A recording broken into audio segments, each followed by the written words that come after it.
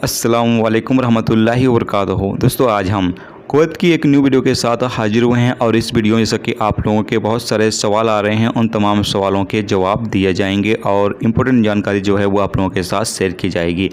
बहुत सारे दोस्तों के मेरे पास सवाल आ रहे हैं, जैसा कि आप लोगों को पता ही है कि कुवैत DGCA की तरफ से अभी एक नया रूल्स लागू कर दिया गया है कि जो लोग कुवैत से सफ़र पर जाएंगे उन तमाम लोगों को वैक्सीन लेना ज़रूरी है। अगर आप वैक्सीन नहीं लेते हैं तो आप कुवैत से सफ़र नहीं कर सकते हैं। लेकिन फ़िलहाल ये पाबंदी जो है वो कुवैती नागरिक और साथ में जो गैर मुल्की डोमेस्टिक वर्कर का काम करते हैं उनके ऊपर लागू की गई है। बाकी प्रोफेशन के हवाले से अभी तक ये पाबंदी नहीं लगाई गई है, लेकिन हो सकता है आने वाले दिनों में बाकी लोगों के ऊपर भी ये पाबंदी लगा दी जाए। तो इसीलिए तमाम लोग जो है वो कुवैत के अंदर अगर आप काम करते हैं तो कोशिश करके आप वैक्सीन ज़रूर लगवा लें। वैक्सीन लगवाने से आपका ही फ़ायदा है। एक तो आप कोरोना वायरस की जो बीमारी है इससे आप सेफ़ होते हैं और दूसरा फ़ायदा आपको ये है कि जब आप छुट्टी पर जाते हैं कुवैत से वापस अगर आप कुवैत आते हैं तो वापस आने में आपको क्वारंटाइन किया जाता है। उस क्वारंटाइन से आप छूट ले सकते हैं अगर आपने वैक्सीन लगवाई हुई है। तो अगर आपने वैक्सीन नहीं लगवाई है तो फिर आपको जो है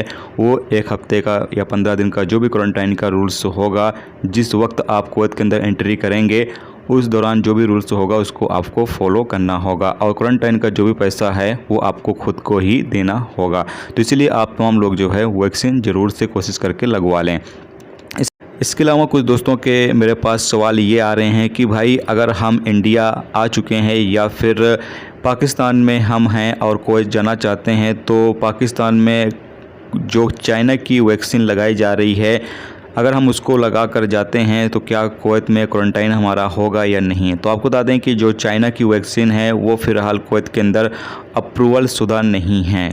और आपकी जानकारी के लिए ये भी बता दें कि पाकिस्तान में एस्ट्राजेनेका की जो वैक्सीन है वो मौजूद है। आप वैक्सीन सेंटर में जाकर एस्ट्राजेनेका की वैक्सीन लगवा सकते हैं, लेकिन मैंने सुना है जहां तक कि पाकिस्तान में ये रूल्स भी बनाया गया है कि जिनकी उम्र 40 साल या 40 साल से ज़्यादा है उनको ही सिर्फ एस्ट्राजेनेका की जो वैक्सीन है वो लगाई जाएगी। फिलहाल अगर आप पाकिस्तान में मौजूद हैं तो इस बारे में आप खुद पता कर सकते हैं। एस्ट्राजेनेका की वैक्सीन जो है वो मौजूद है, इतना मुझे पता है, लेकिन आप इस बारे में और डिटेल जो है वो पाकिस्तान में पता कर सकते हैं। इसके अलावा अगर हम इंडिया की बात करें तो इंडिया में जैसा कि आप लोगों को पता है कि इस वक्त तो कोविशील्ड जो वैक्सीन है वो ज़्यादा लोगों को इंडिया के अंदर लगाई जा रही है।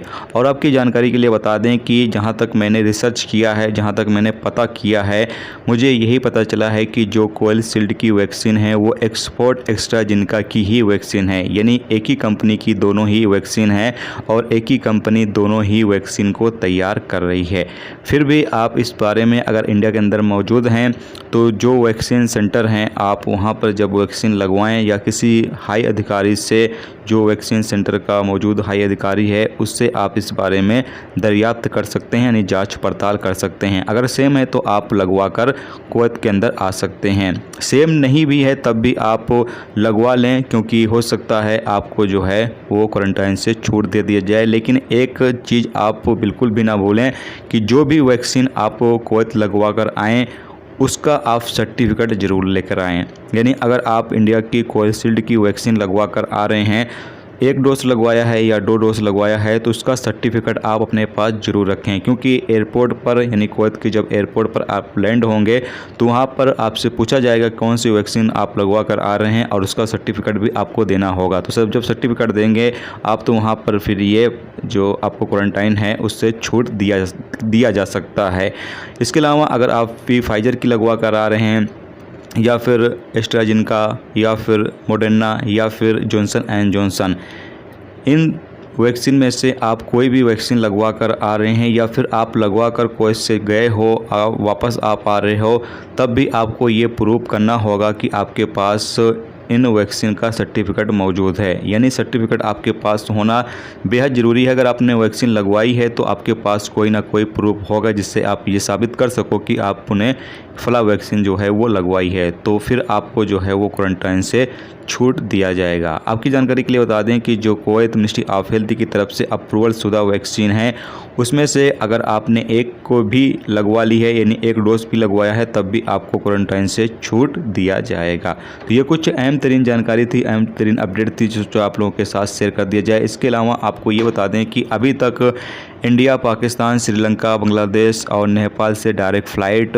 कुवैत के लिए ओपन नहीं है। जब इस हवाले से कोई खबर आएगी तो इंशाल्लाह आपके साथ ज़रूर से अपडेट करेंगे। तो ये दोस्तों